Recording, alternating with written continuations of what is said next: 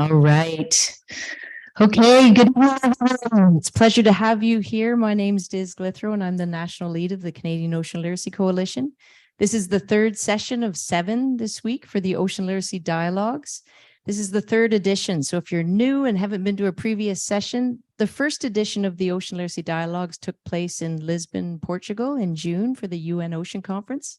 The second edition took place in October in Santos, Brazil, and Ronaldo here was the host of that session. And then we've got the pleasure hosting here in Canada, the Canadian Ocean Literacy Coalition, together with Marsoc Sai, and Emma's here, and the support of IOC UNESCO and in the entire Ocean Literacy with All community. So a warm welcome, and I'm going to turn it over to our moderator for this session, which is Francesca Santoro from IOC UNESCO.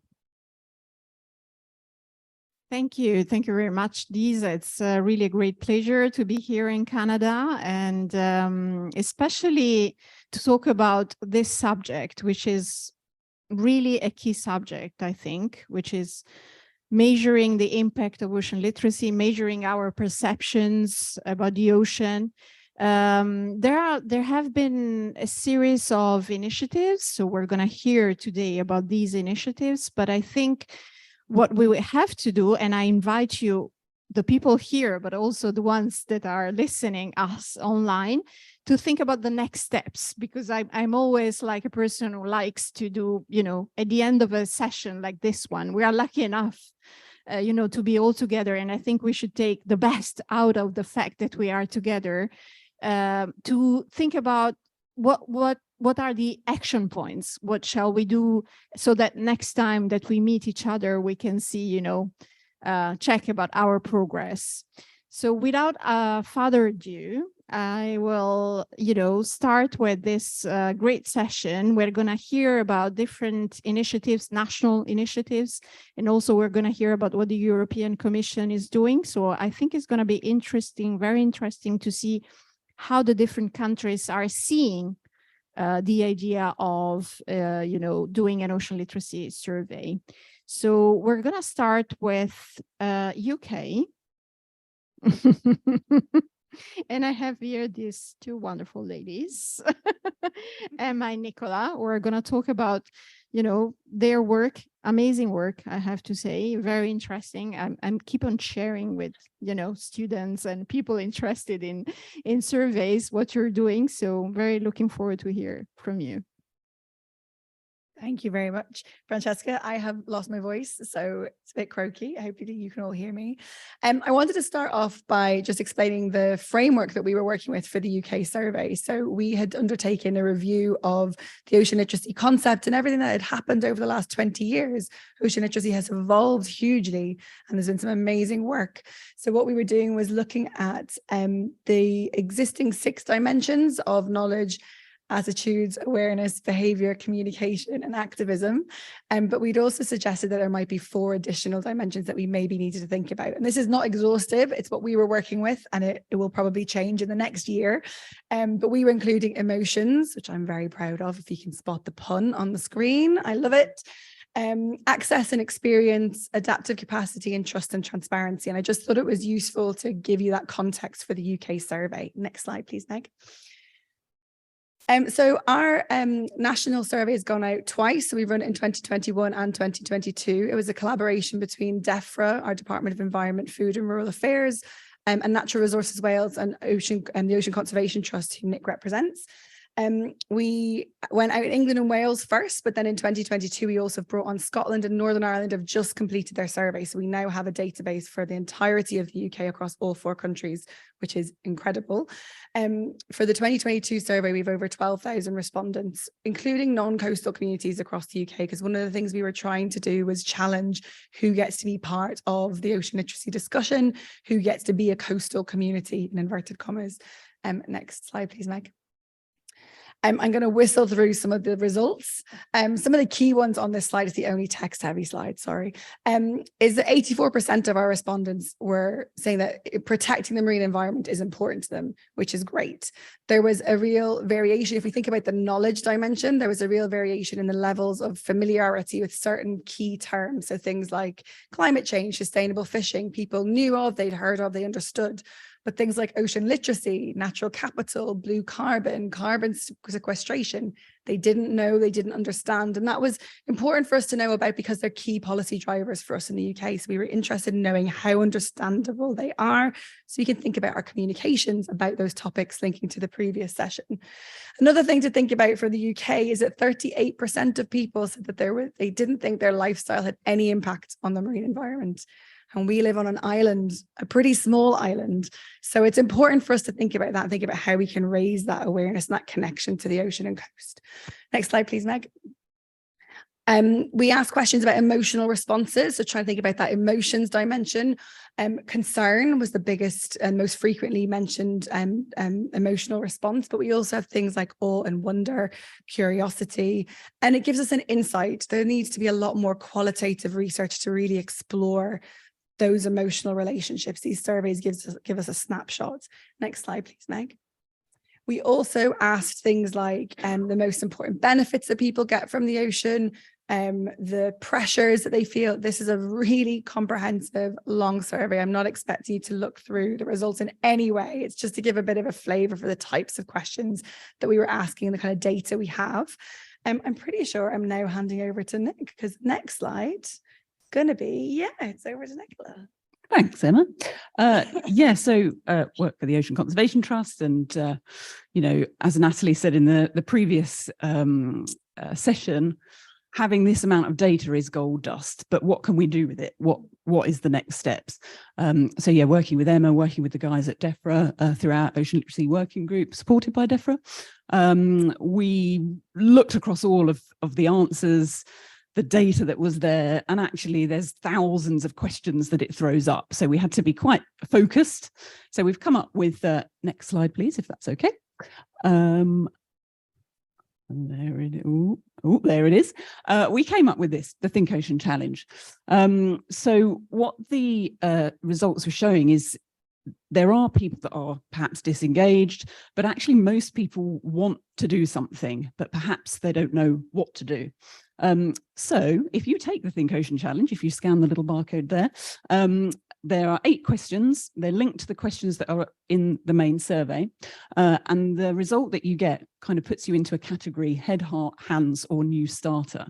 And those categories, depending on the answers that you give, really link to the dimensions that Emma was talking about. So perhaps somebody who is heart is much more of an emotion dimension. Perhaps somebody who is in the head category does kind of think about the ocean in a more knowledge-based way. So once you get your results, you also get this emailed to you, this little kind of flow chart here, which gives you really simple tips about things that you can do to think about the ocean every day. And they are individual habits that you can adopt, micro habits. But there's also stuff around policy as well. How can I get in touch with my local MP or councillor to kind of get that change at the higher levels? So it's 2 years in now. We're definitely going to be keeping this across the next 10 years of the decade of ocean science. But I think the best thing for you to do is do the challenge and then see what we're talking about. And I'm going to stop talking because the finger's been going up for ages. Who's next? Thank you. Thank you very much to both of you. We're going to take the challenge for sure. So it's also for people outside of the UK, isn't it? Also people. Anyone can do it. Anyone. Okay. Great. So next talk is from Canada. So both Liz and Jen are going to talk about the results, I guess, of their interesting survey about Canada. Great. Thanks so much, Francesca. So back in 2019, any work being done in Canada around ocean literacy that was very fragmented, very siloed. And it was actually, shout out, I see Jacques at the back there, but Ocean School and the Ocean Frontier Institute reached out to try and do a pulse check of what's happening in Canada or around ocean literacy, who's doing what, to start to do a bit of a landscape analysis. And quite quickly, that grew into a full national study with a national coordinator, 5 regional coordinators. And I just spotted one of them in the room back there. Carrie Hoover was the Inuit Nunavut coordinator. And it became quite an extensive study. We had multiple ways of collecting data, 7 different ways of doing it, one of which was a national survey. And that's what I'll focus in on. So if I go next slide, please. in terms of the national survey, and actually I'm going to just jump to the next one. Thank you. We wanted to go about it to ensure that we weren't just reaching the already ocean engaged. So we did create an instrument, sent that out through the network of partners, collaborators, anyone who expressed interest, NGOs, partners, out it went. We had 1,300 Canadians just over take part, and a very good distribution across Canada. And as many of you know, it's a massive country and very culturally and geographically diverse. Next slide, please. But at the same time, we asked one of the polling entities in Canada to take the same questions, or at least a chunk of them, and embed them within an omnibus survey that was going out to the general public on a whole bunch of issues well beyond ocean ones. And it was great because then we could take that data set and compare it with the other data set and look around perceptions, attitudes, values, behavioral intentions in Canada. Next slide, please. And so again, we won't go into the full questions asked or the results, but down at in the expo downstairs, we have the full reports from the national survey, as well as how it led to the national strategy, which I'll speak about in a minute. But what we were really keen is looking at questions such as, how do Canadians self-identify about learning about the ocean? What is the sources of how they learn or feel connected to the ocean? What are there some perceptions around specific questions around identity, around culture, around things, their perception of Canada as an ocean leader? You know, we're the country with the longest coastline. Do they see themselves as an ocean nation? Next slide, please. And also a lot of questions just around values, in particular, the notion of, do they, and it ties in with what Em was saying, do they actually see that their daily choices, habits have an impact on the ocean or not? And then very curious to compare those two sets of sampling populations. It was really interesting to see that they well aligned. So the ocean engaged and the random sampling of Canadians, there was strong alignment in almost every question area. So that was encouraging for sure to ensure like we really do have a baseline in Canada at the start of the decade. We also asked questions around what they value most and around what they see as the greatest threats and what they see in terms of where does action fall. We posed questions specific to whether they saw the individual as the driver of action and change, whether they saw kind of collective society, and if so, how and in what ways. And then what fell on the hands of government or institutions to drive that change and see themselves as more passive. So we had a lot of different angles we were trying to look at, which again, knowing that this was the first kind of comprehensive study around ocean literacy in Canada, it was a great baseline. And now I'm going to turn it over to Jen, because this was 2.5 years ago. She can see, we'll share with you where we're going now currently and over the year to come. Do you want to speak to the strategy first? Would you like me to? You can just. Awesome. So yeah, the baseline survey led to sort of a national strategy that we're now implementing that strategy. And the strategy that it's being initiated in many ways, including through ongoing ocean literacy research related to public perceptions. And what we've been doing over the past few months really is pretty exciting. We've been taking a sort of a landscape scan of the surveys and the research that has been done across Canada in recent years. That's alongside Coke's survey. And we've been pulling together representative surveys of marine conservation. So none of them, unlike Coke's survey, look specifically at ocean literacy, but instead they're looking at marine conservation issues of ocean protection or ocean health or blue economy. And with that landscape scan, we are doing a comparative analysis to see what kinds of questions are being asked across those surveys. Where are the gaps? Where are the priorities? What is being said? Thanks, Mike. 1 minute left. I'll be quick. What is being said and what needs to be said? What needs to be done? And the hope is that we are going to be building sort of another pulse check and beyond the original baseline to be able to develop an instrument based on this analysis that cross-cuts and be able to inform the surveys, the organizations, the NGOs, the government bodies that have informed these surveys, led these other surveys, to hopefully be a collaborative process together to be able to see where do we go from here and where do we go in terms of ocean literacy, that although the other surveys don't specifically speak to it, and looking across the questions, they all are dealing with ocean literacy dimensions, the ones that Emma had mentioned. They're looking at values, attitudes, behaviors. So an added information of that we're all in that boat together and we're all paddling in the same direction, regardless of our lens and our bias and our slant and agenda. So that's really exciting. And we hope to have that together soon to put out that second pulse check. Thank you. Thank you so much. So I already see some, similarities, which is really interesting. And I move now to Ronaldo from Brazil. So I think we're going to see some similarities because you were presenting already these results last June in Lisbon. So thank you, Francesca. Thank you, Diz, and all the organizers for the opportunity to be here. So yes, let's see now from the Southern Hemisphere view, something very similar. The interesting point is that this started in 2019 and it started very close to our last session because it didn't start as a research for ocean literacy. It started as the questions that were raised by Natalie, Sophia, who is your audience? In 2019, we did a Conexão Oceano Ocean Connection, was a one-day event. Francesca was there in Brazil with artists, journalists, trying to understand how would we communicate better about the ocean. And for that, we need to know our audience. So in a country like Brazil, so huge and so diverse socioeconomic characteristics, we decided to undertake this survey. So next, please. And that was considering a balance from regions in Brazil, not only considering coastal cities, so trying to understand how really people understand their connection with the ocean. Next, please. And then some few results, for example, it's very interesting when we ask, do you think the ocean influenced your life? And then we have that only 26% consider they're not influenced by the ocean. But then when we consider the other part of the concept, do your actions influence on the ocean? We have results very similar to the UK. 40 increases to 40%. I say, no, my actions do not influence on the ocean. Next, please.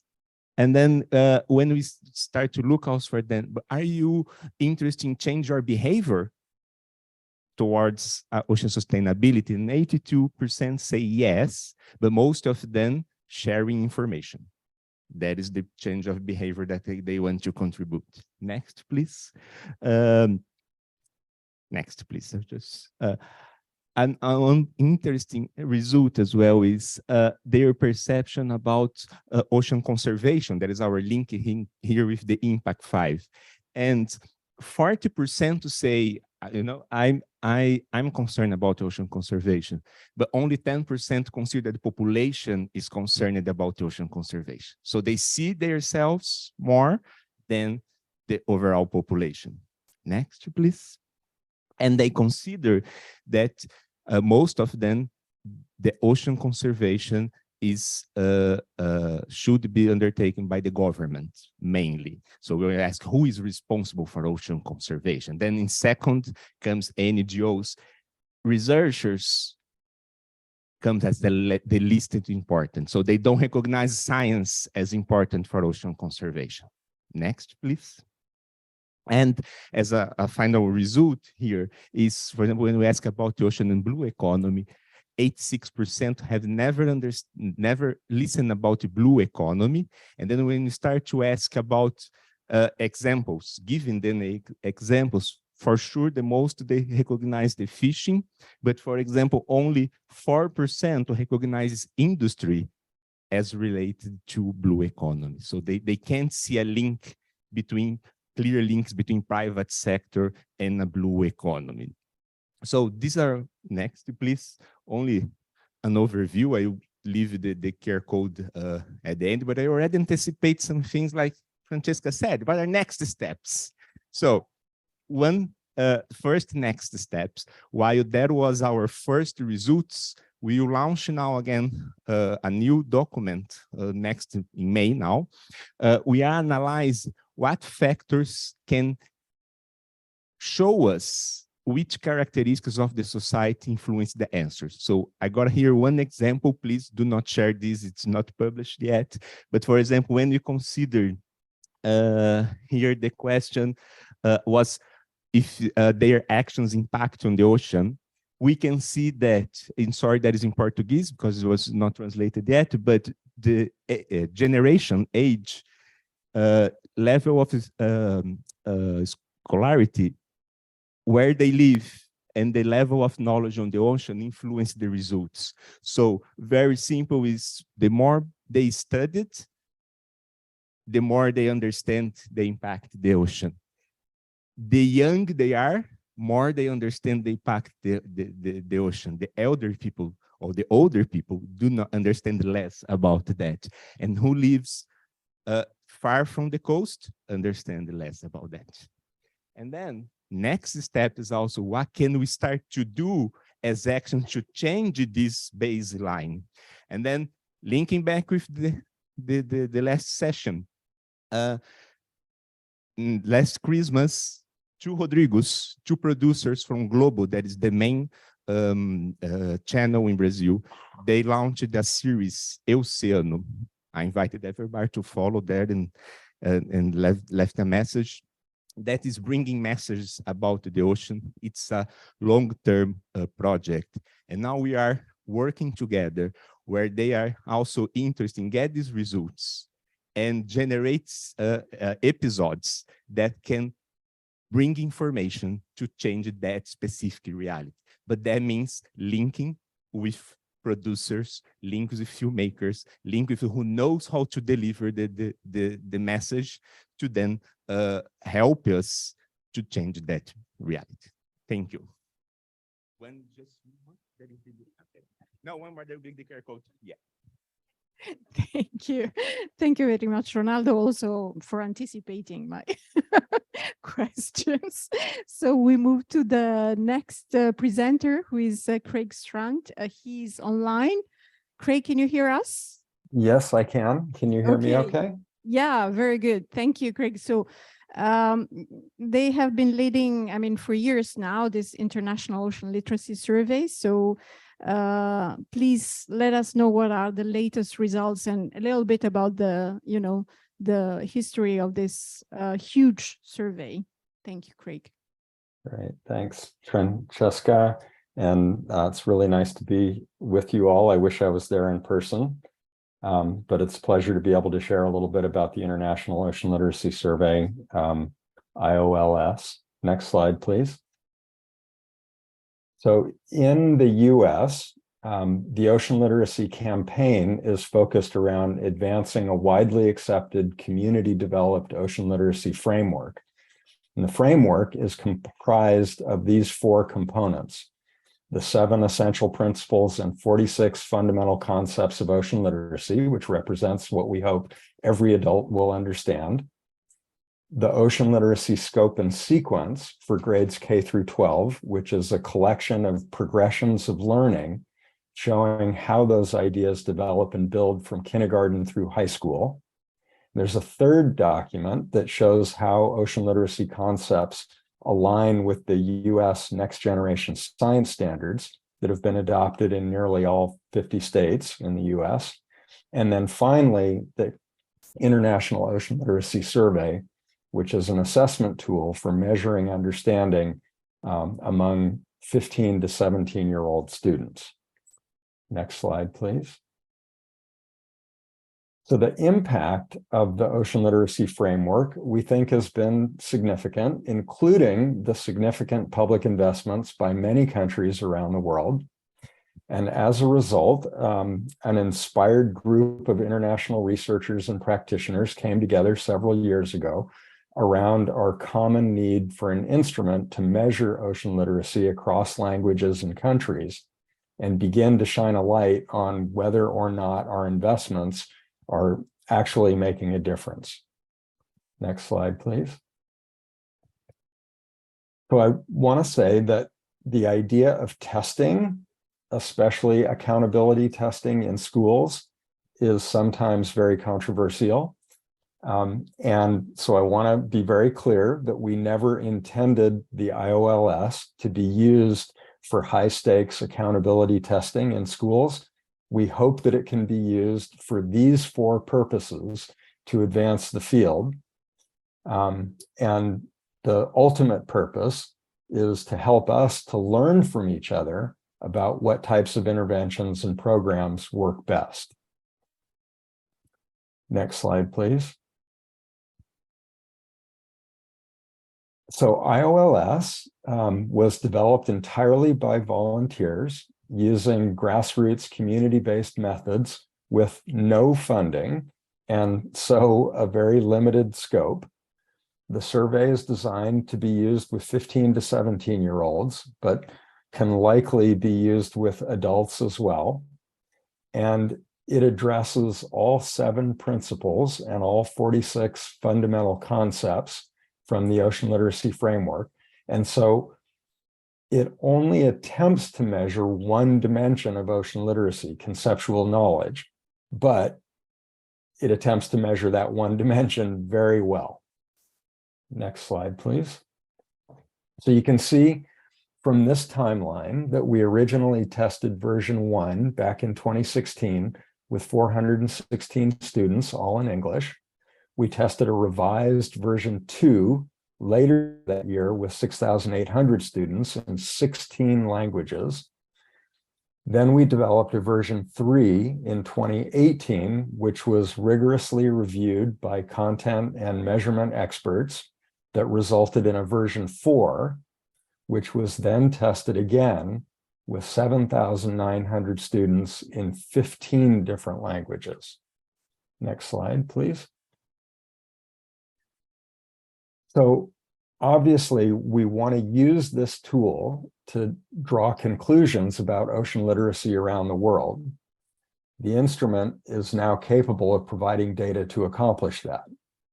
The scale's gone through several rounds of content and assessment design review by experts in each of those areas. It's been modified according to several rounds of pilot data to improve the item functioning and better align with the ocean literacy principles.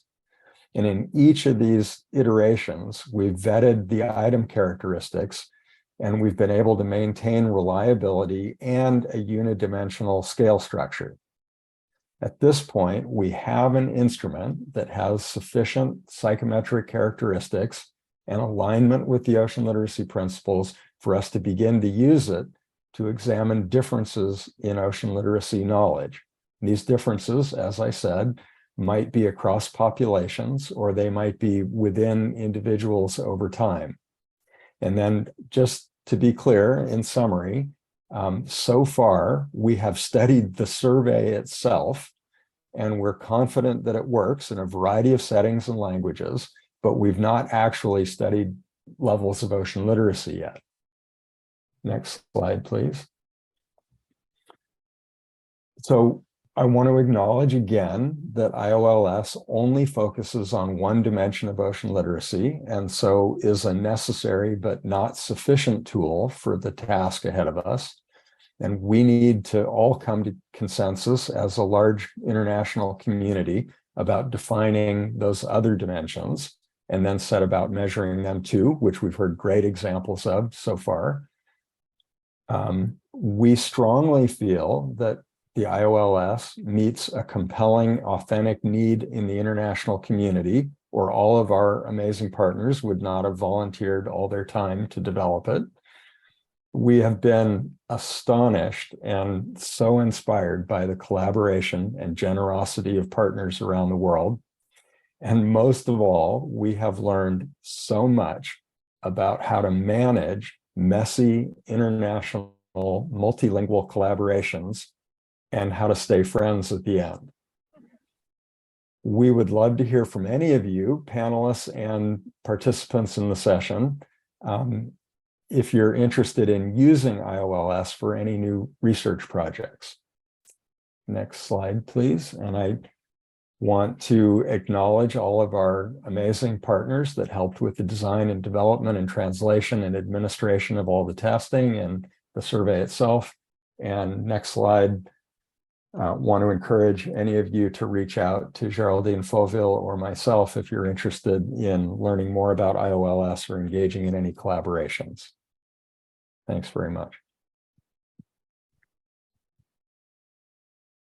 Thank you. Thank you so much, Craig. Amazing. I really didn't know there were so many languages already. This is really incredible. So our last speaker is Andreas Reșinescu from the European Commission, and she's going to speak about the EU for Ocean initiative. Thank you very much, Francesca. Good afternoon, everybody. Good evening, good night, good morning, depending where you are online. Thank you for having me here. And at European Union level, we started in 2018 when the European Parliament requested the Commission to develop something on ocean literacy. And like this, the project started in 2019. We grew from there. We saw that in Europe, the diversity is there also in terms of relation to the ocean. There are countries that are extremely advanced, probably the most advanced, Portugal, but also interesting initiatives in some coastal countries. But there is a lot to be done. We have now a network of European blue schools, and we try to engage all European Union countries. So there are not only coastal states, there are also landlocked countries. How we developed this was, of course, through communication campaign. We had a campaign with pledges, Make EU Blue. The network of schools, not easy because the education, it's a prerogative of the country. So it's up to them to take in their curricula this. And with various partners who have already 3 years of work. But then the mission came. So in 2021, within the framework program for research and innovation, which is a 7-year cycle at the level of the European Union, the missions came. There are 5, and one of them, it's restore our ocean and waters. So we started to work, and it's extremely important from the perspective of the ocean literacy and probably engaging everybody. It's not only about the ocean, it's ocean, lakes, and rivers that are connected, and we have an influence how we address all of them. So we brought this in the angle, and also we brought and we said that in order to do something for all of this, there are 2 important enablers. First, it's knowledge, and then it's citizen engagement and the part of literacy. And then, of course, we have the projects that started there. The projects are extremely, I would say, complicated because there are demonstration projects. So we have research on the ground that is applied, and it's compulsory for this project. We have to involve at least 3 countries that they are involving the citizens. So the citizens have to be involved in these projects. We have to look at their needs because ocean literacy, we have, it's quite often to have the tendency to think from the education perspective. The education has to happen, I would say, at all levels. So involving the citizen in these projects, you educate them about all the importance of the ocean and waters. And we work on the objectives, which are quite broad: pollution, restoration of marine and freshwater ecosystems, and also blue economy. Pollution probably is the one that it's most known among us because benefited, I would say, from a strong communication campaign. Everybody knows the turtles strangled in plastic. But what about restoration? What about blue economy, as you said? So, but having them involved and seeing what is the impact that they have on ocean and waters, and also how they can benefit, we grow from this. We have also projects on and try to grow the network of blue schools in Horizon. And what I would like to mention, discuss briefly before Francesca, I think it's extremely important that these initiatives are not staying, of course, only at the level of the countries, and to try to grow the network at the global level.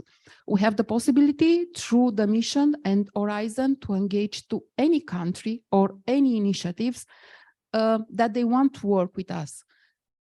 We have now on 17th of February, if you want to have a look, it's online, it's web streamed. In fact, we have a forum about the mission Ocean.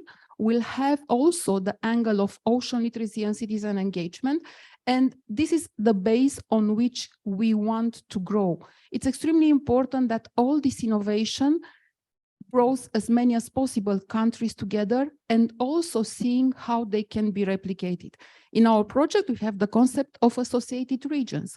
So all projects have to bring at least 5 associated regions to be involved in this in order that these initiatives to be replicated. So it's extremely important, I would say, to link the research that it's coming from all the problems about the ocean and waters, and to have them replicated and build across a strong network working on this.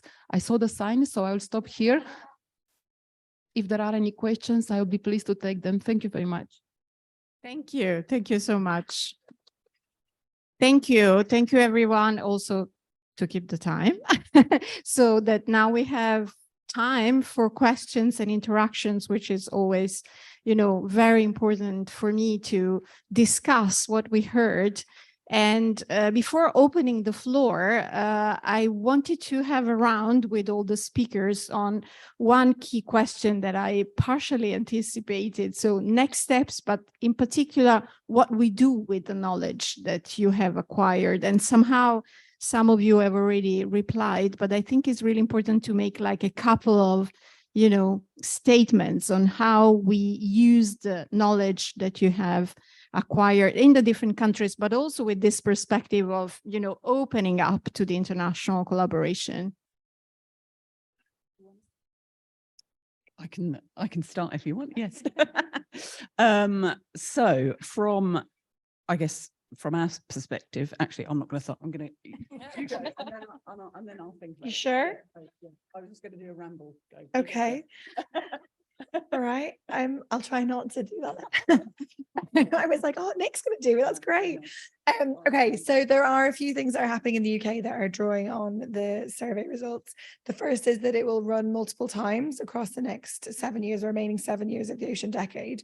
So the idea is that it will track awareness and effectiveness of awareness raising of the ocean decade. If we aren't raising that, then we're not doing a great job of saying it's the ocean decade. So there's that. So it will run in 2024, likely to be in 2026, and at the end towards 28, 29 as well.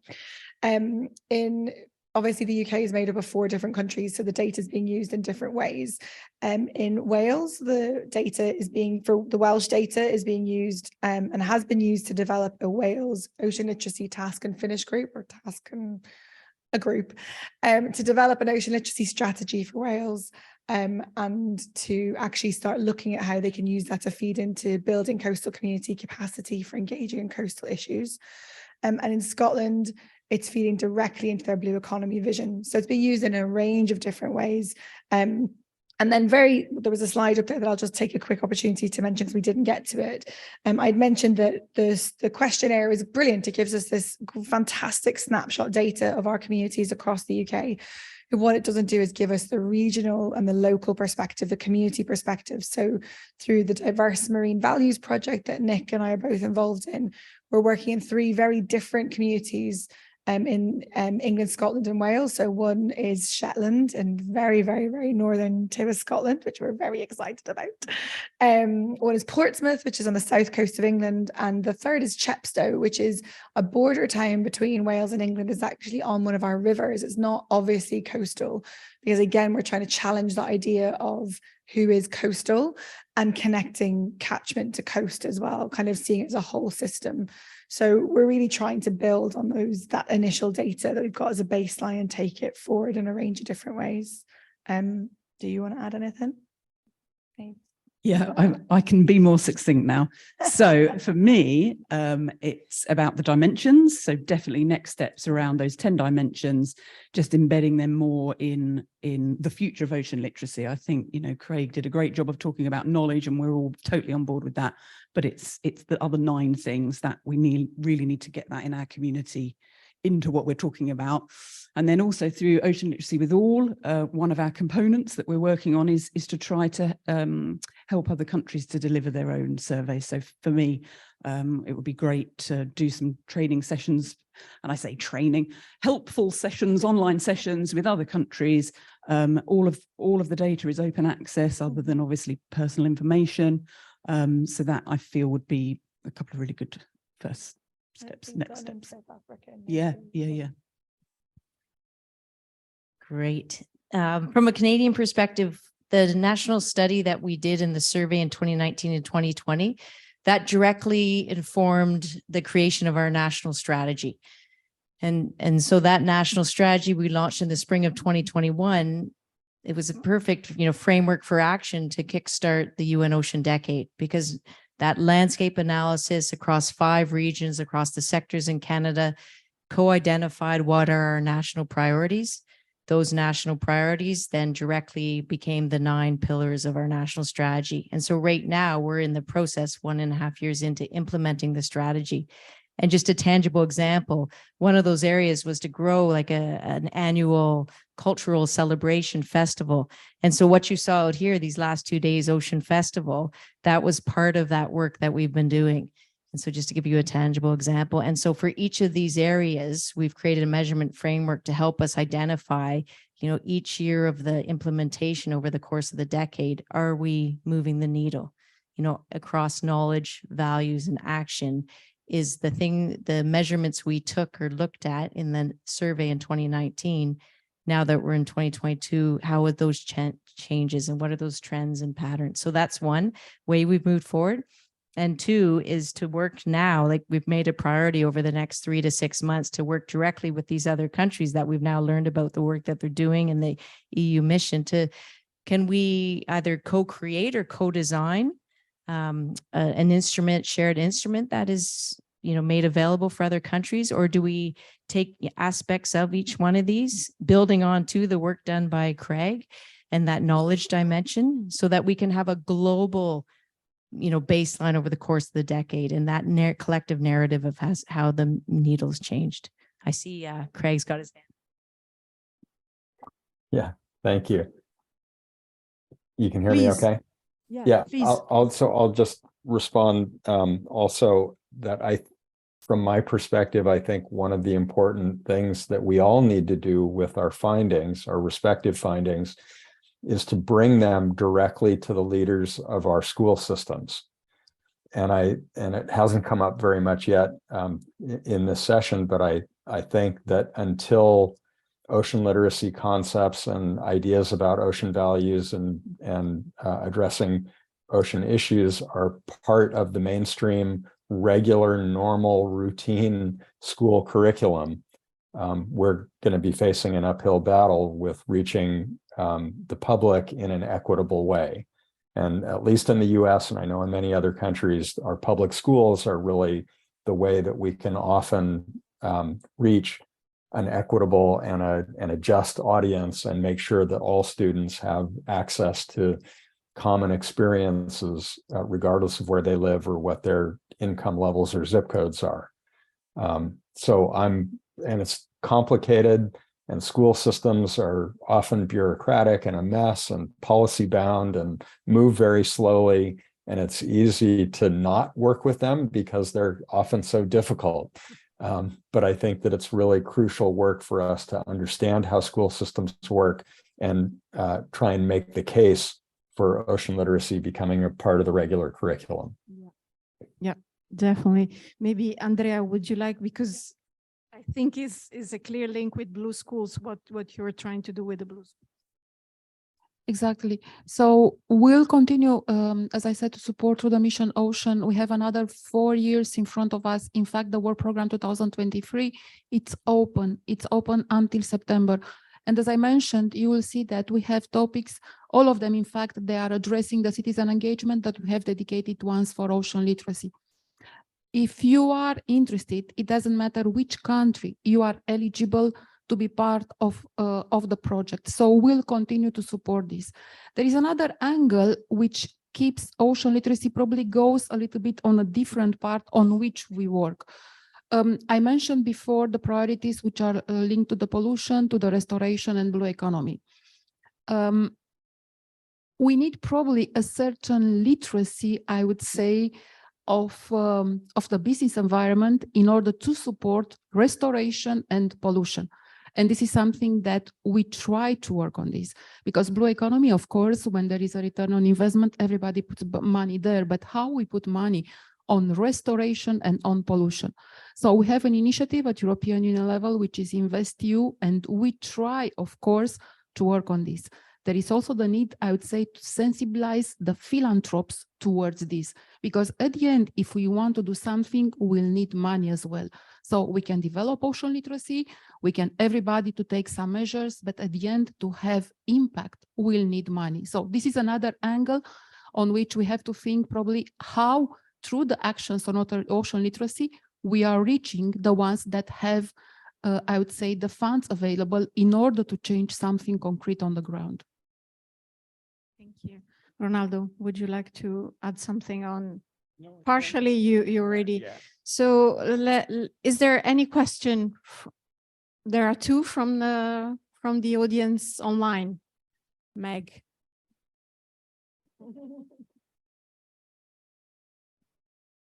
Yeah, we have two really great ones online coming from different areas of the world. So first from Saif Khan Sunny.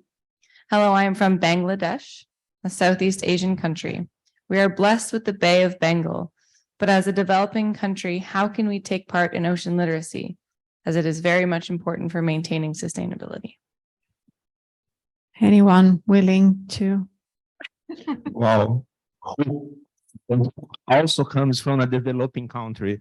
I feel a little bit more comfortable probably to talk about this. First, the fact that you are here already discussing with us is part of this. I think that one thing that what I see clearly is that in developing countries, the diverse of the society is so high, so bigger than other countries, that the challenges are also more complex. That is also what I realized with our survey in Brazil. But also I can tell you with some experience with the Atlantic Blue Schools Network that was supported by the European Commission, where we are now in 16 countries, including from Canada, US, Europe, but many countries in Africa and South America. There are such a lot of opportunities in developing countries, that because the cultural, the way people perceive the relationship with the oceans, the resilience that society has to build something new, it's amazing. We learned a lot through the Atlantic Blue Schools Network. So join us, join this movement, because I think there is no answer for this question. The answer is we will build it together how your country can be developing the ocean literacy framework in our reality. Thank you. Thank you, Ronaldo. There is another question. We actually have quite a few, but if Okay. if there is someone live, we could alternate. Any question Okay. from the floor?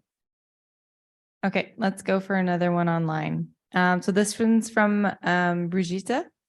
Hi, I am a fine art grad student from NSCAD University in Halifax, Canada. I create works on marine data sonification and visualization together with other marine related visual works and researches. I'm looking for collaboration opportunities to create public and educational installations. Do you have any experience or advice? What I suggest to try to look online for European Marine Observation and Data Network. So it's the European Union tool that addresses and incorporates the work of more than 150 organizations in terms of marine data, and also has a version that it can be used for schools, can be used in various curricula, which is the European Atlas of the Sea. So it's not very difficult, I mean, to look for these two. And the ones who are running the platforms are more than happy to support if there is the interest to collaborate. So, or any other questions. So European Marine Observation and Data Network and European Atlas of the Seas. Thank you. Would you like to? Yeah, thanks for that great question. And to give a tangible example here in Canada, if you've had a chance, and I'm referencing for people here, there's a giant floor map down in the Canada Pavilion, but it's a great example of taking data sets from different partners, different collaborators. We co-created this giant floor map. It's 8 meters by 11 meters with built-in augmented reality app that you can use with the physical map or without. But it takes data sets from Fisheries Oceans Canada. It takes stories collected from Indigenous water guardians across the country. It takes data sets from Parks Canada that they're doing. So we've got a whole network of diverse partners who co-identified what they think would be relevant data sets that could be embedded into this engagement tool that's meant for schools, libraries, aquariums, public spaces, events such as this, to build those connections. So I think it's a great question that's been thrown out, is how do we do that? How do we make open sets of data more accessible and integrated into tools that become pathways for engagement with wider audiences? I'm going to answer, I think, the art angle a bit on that question, because I think everybody else has answered the data bit. I think one of the things that's really happening over the last few years is that we're seeing more and more emphasis on the role of art and culture and literature, and the storytelling that we heard about in the previous session as a way not only of communicating with people, but of engaging people and of learning new stories and of learning the values that people place on the ocean. And I think there are some really fantastic opportunities for artists to work within the ocean literacy and ocean science world. There is a really great artist in residence program run with the University of Oldenburg, Kim Peters, the University of Oldenburg, she run in Germany. So she's a marine scientist, but she's working with fine artists to do soundscape work and all sorts of incredible work. There's a guy from Nature Scott in Scotland, Chris Leakey, who's worked with climate data, and a musician, and the musician has created these incredible pieces from climate projection data. So there are lots of examples. I'd be really happy to share my contact details and to kind of think of other ideas of where there might be collaborations, because I think how we use scientific data, in inverted commas, to produce and create art in a way that we can engage different types of audiences is something that we're still kind of getting used to. I think that's something we should be doing more of. So I'd be really happy to talk about that more. Oh, sorry. And would like to add that in Venice, where I'm from, there is an ocean space, which is run by the TBA 21 Academy. And I would really encourage you to get in contact with them, because they do that. They launched last year an exhibition really using ocean data and visualizing the ocean data in a wonderful way in a beautiful church in Venice. So quite, amazing to see, but they are specialized in this like ocean science and art connection. So get in touch with people from TBA 21 Academy. Yeah, I was just going to say, I guess all the data that we're collecting now within these surveys could be beautifully represented, because it's starting to show our relationship with the ocean.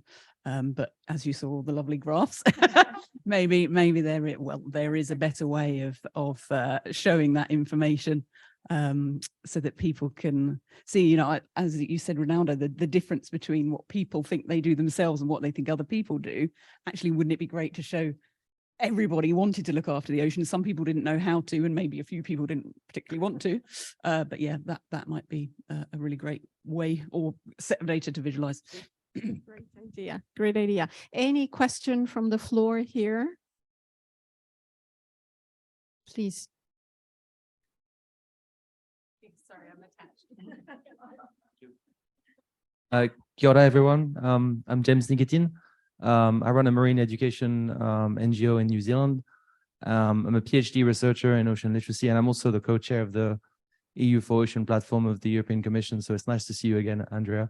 I had a question regarding equity. We touched upon it a little bit. I wanted to hear from the floor whether there were any insights from the integration of place-based traditional knowledge into ocean literacy, and whether that could actually advance marine conservation in certain cases, and whether there are any examples of that you can share. Thank you. To take this.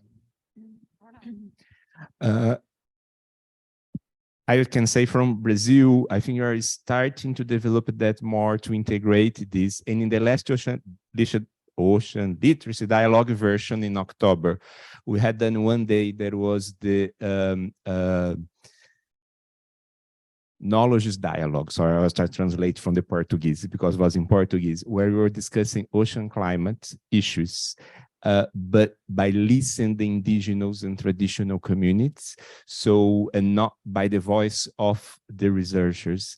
And then even discussing with them, how can we integrate this knowledge? I've been learning a lot these days here because I think Canada is in the upfront of that. And I can just then end this saying, I think this is the question that everybody wants to understand more now. And the regular process that what's built the World Ocean Assessment, the main document for policymakers, wants also to understand this, to bring an assessment that integrates the voices. So anyone that has more examples can bring it because it'll be really valued.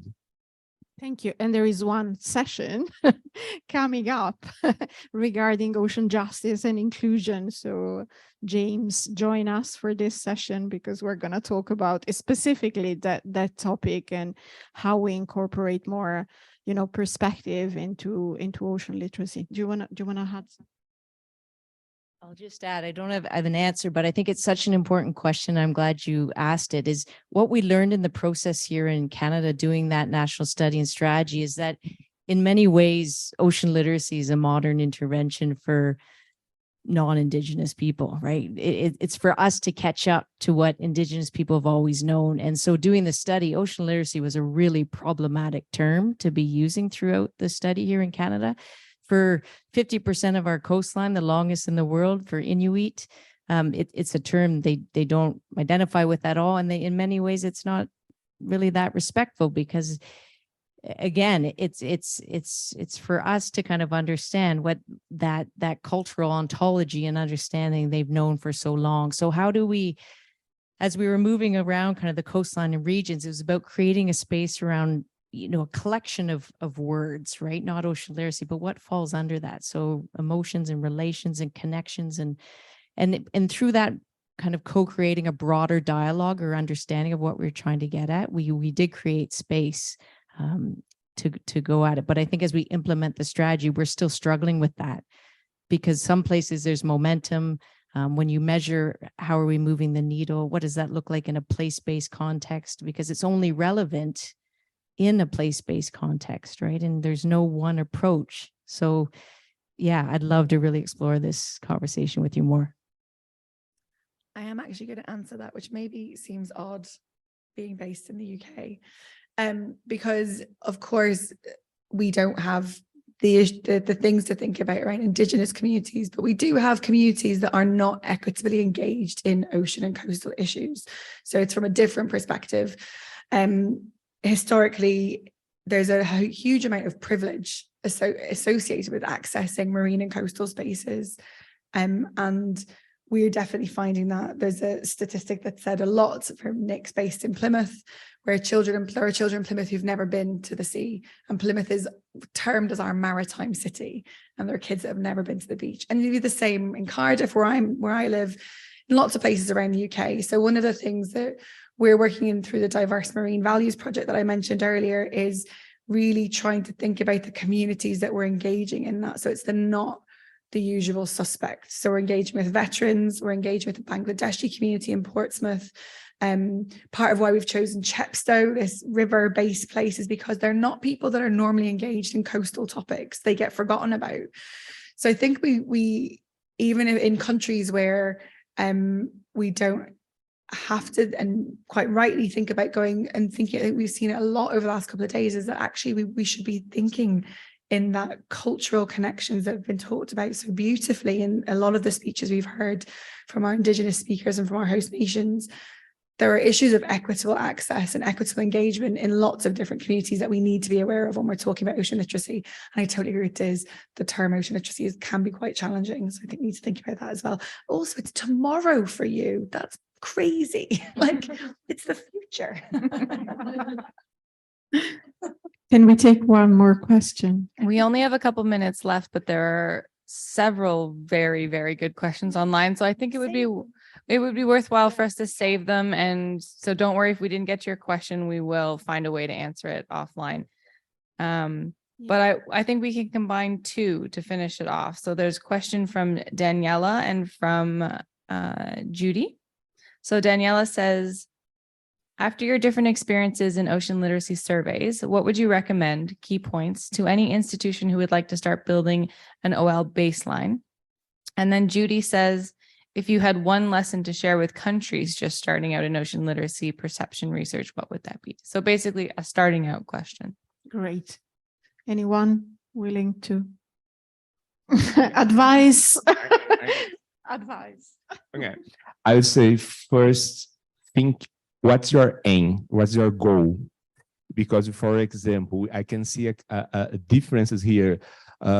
When Craig says their goal was understand the students, our goal in Brazil was to understand what we call out of the bubble.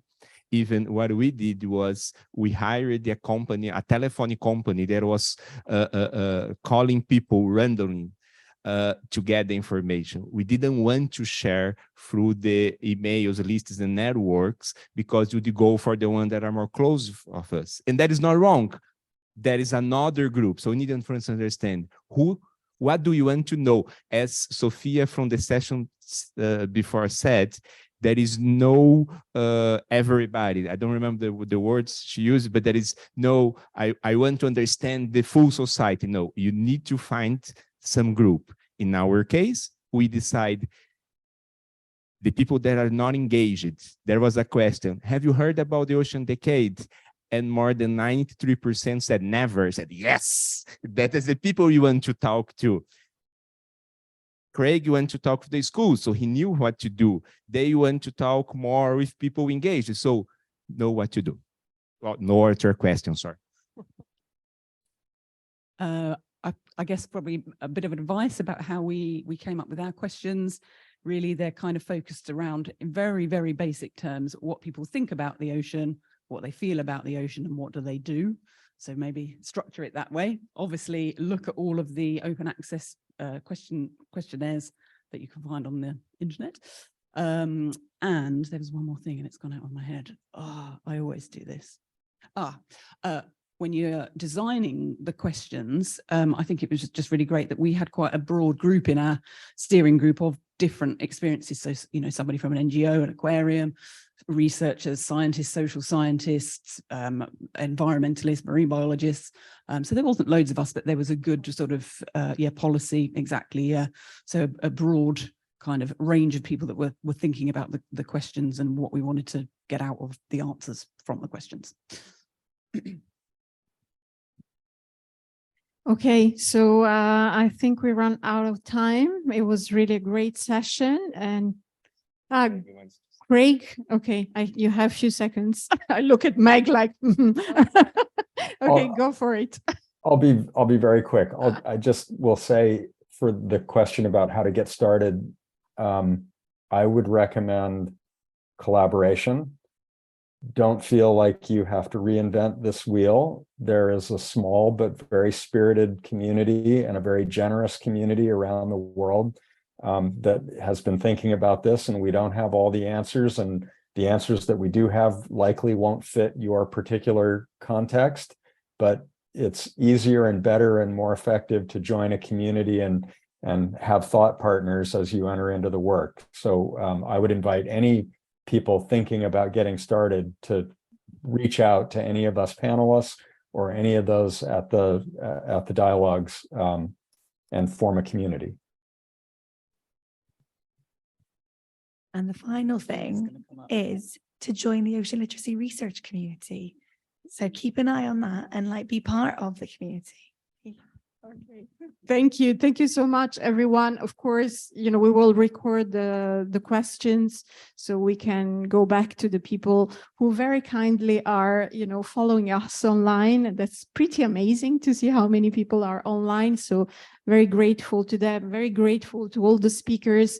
Some of you, of course, mentioned the UN Decade of Ocean Science for Sustainable Development that we as UNESCO lead and coordinate. And as you might know, there is currently a monitoring and evaluation framework for the Ocean Decade. So also, I think we should all collectively think how we can feed into that global framework so that we can see how we are delivering on the Ocean Decade objectives. So thank you all very much. To be continued.